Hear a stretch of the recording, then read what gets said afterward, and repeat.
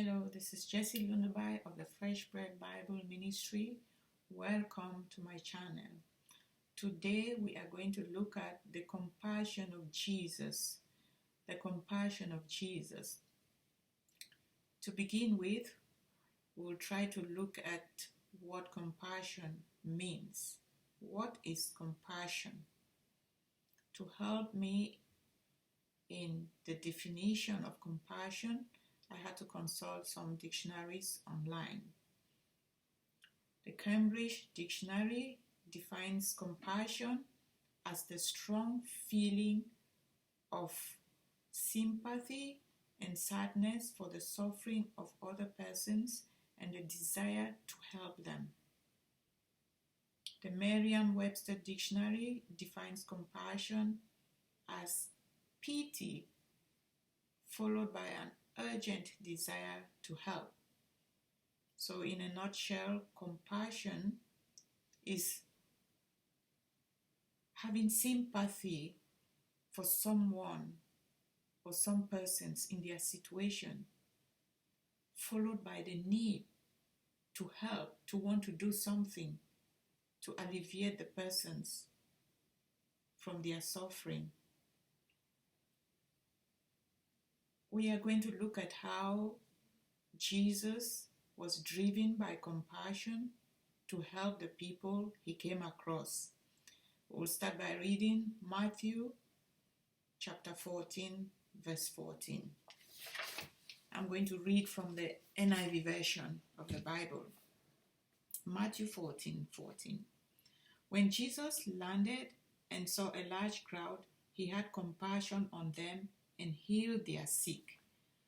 So this is Jesus who met a crowd, and he saw that in the crowd there were sick persons, and he had compassion for them. He had this feeling of sympathy and sadness over the situation of the sick, and it was that compassion, that feeling of sadness over their situation, it was it that led him, Jesus, to heal those who were sick in the crowd. So Jesus was moved by compassion to heal the sick. Another passage of the Bible that helps us to see how Jesus was moved by compassion to help the people is Matthew chapter 15, verses 32 to 39. And I'm going to read still from the NIV version of the Bible. Matthew chapter 15, verses 32 to 39. I read, Jesus called his disciples to him and said, I have compassion for these people.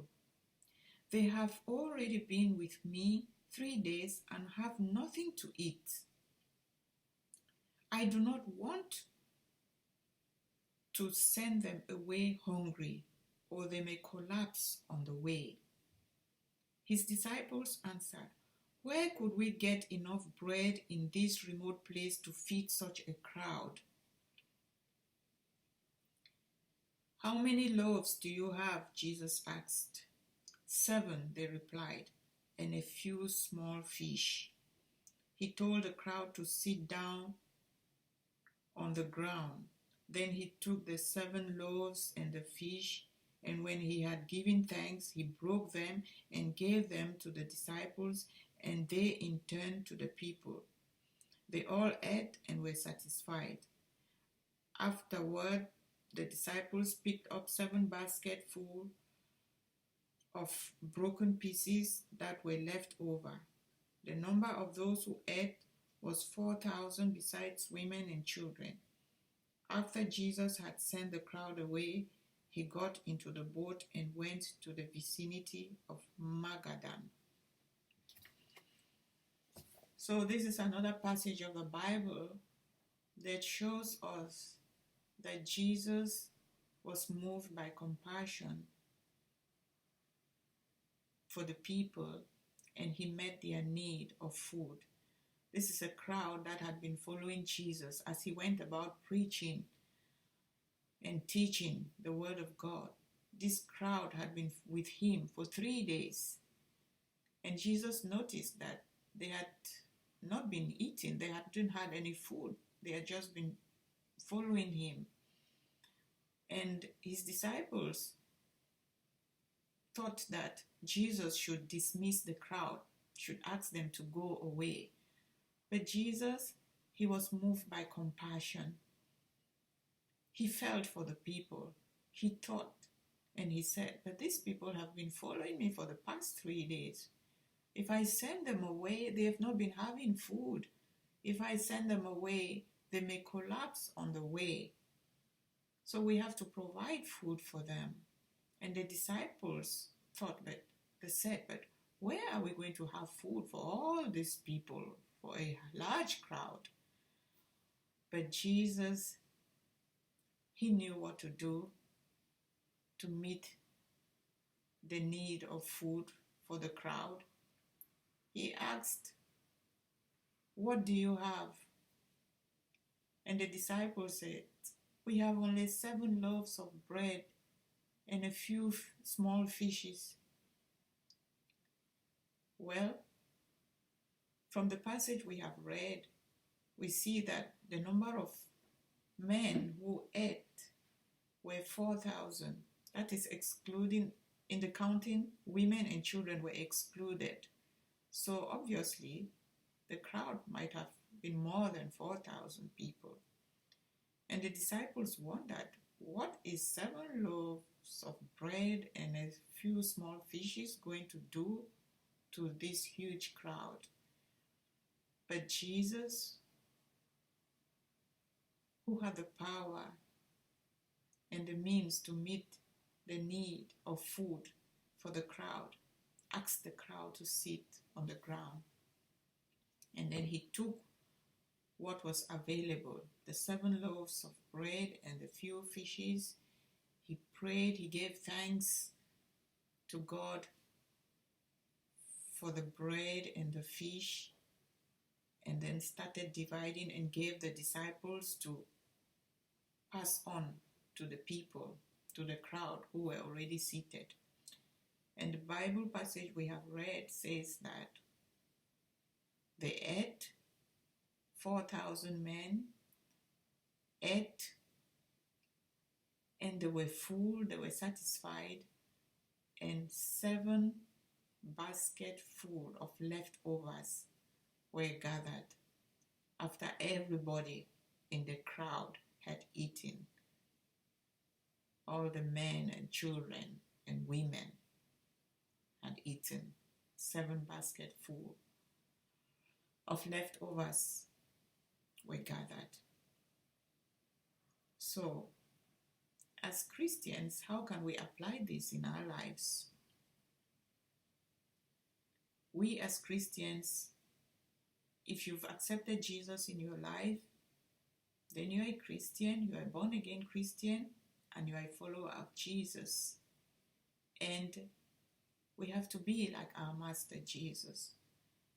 We have to have compassion towards other people.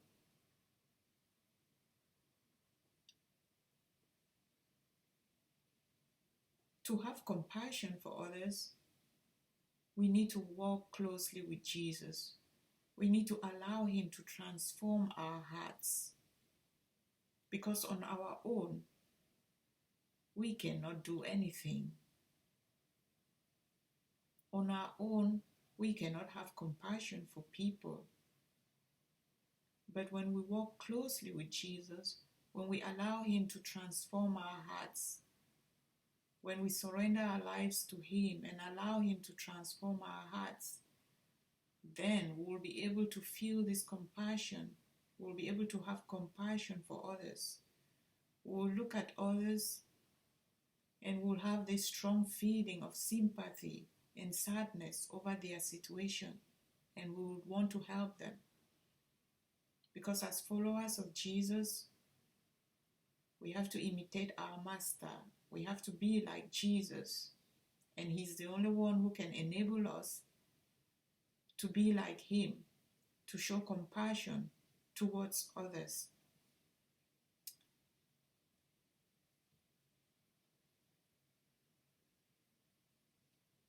When we come close to Jesus and we walk with Him, He enables us to reflect His love in our lives. He enables us to see people who are hurting and to help them.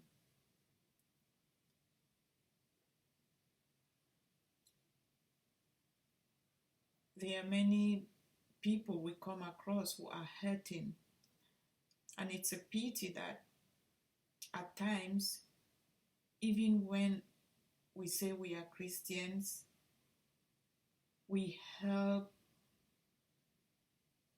to cause more pain to other people than helping them.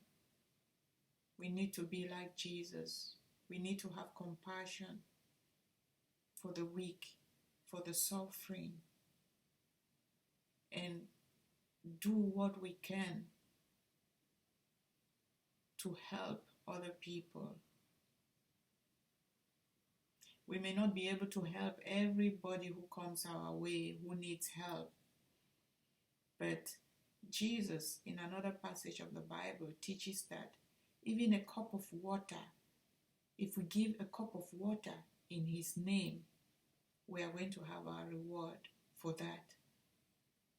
So even a cup of water to your neighbor may be a physically challenged person, and you've never cared to find out how you could help this person in their situation. You may not have the gift to heal your neighbor who is physically challenged, but you can help them in one way or the other to alleviate their suffering. You may be a student at school and you have a classmate who needs something, and you could show compassion to your classmate by helping them in their situation.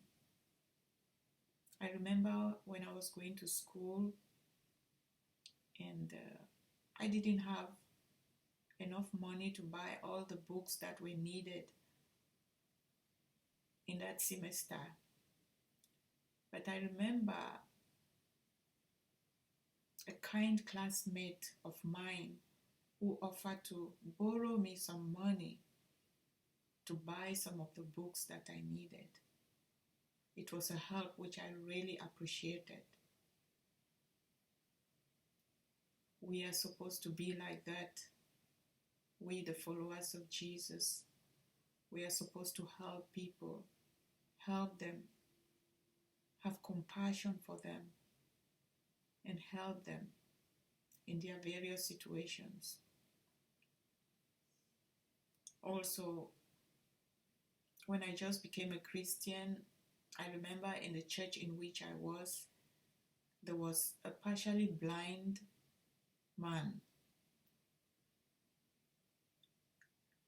And he lived about 4 kilometers away from where my sisters and brothers and I lived. And those of us in my family who were already Christians, I remember we offered to help this partially blind man. We took turns to help him at his place. At times my brother, he just went and just sat with him, just kept him company for some time. And my sister and I could go and help him to prepare some food for him because we saw that he needed help. So as Christians, we are supposed to be like that, like Jesus. We see people in their various needs and we do something to help. If you don't know what to do when you meet someone in need, you can ask Jesus. What can I do for this person? How can I help them? And He is going to show you. He's going to show you how you can help the persons in need. So this is the message for today. It's an encouragement to us as Christians to have sympathy for others, to have pity for others, and to be moved by this sympathy, by this pity, to help them in their various situations. It doesn't mean that we can do everything to everybody at all times. No. But just at that moment when you meet your neighbor who needs help, or you meet someone on the way, or a classmate, God is going to lead you to do something to help them in their sufferings, to alleviate their problems. Thank you very much for listening. And we'll end here for today, and remain blessed.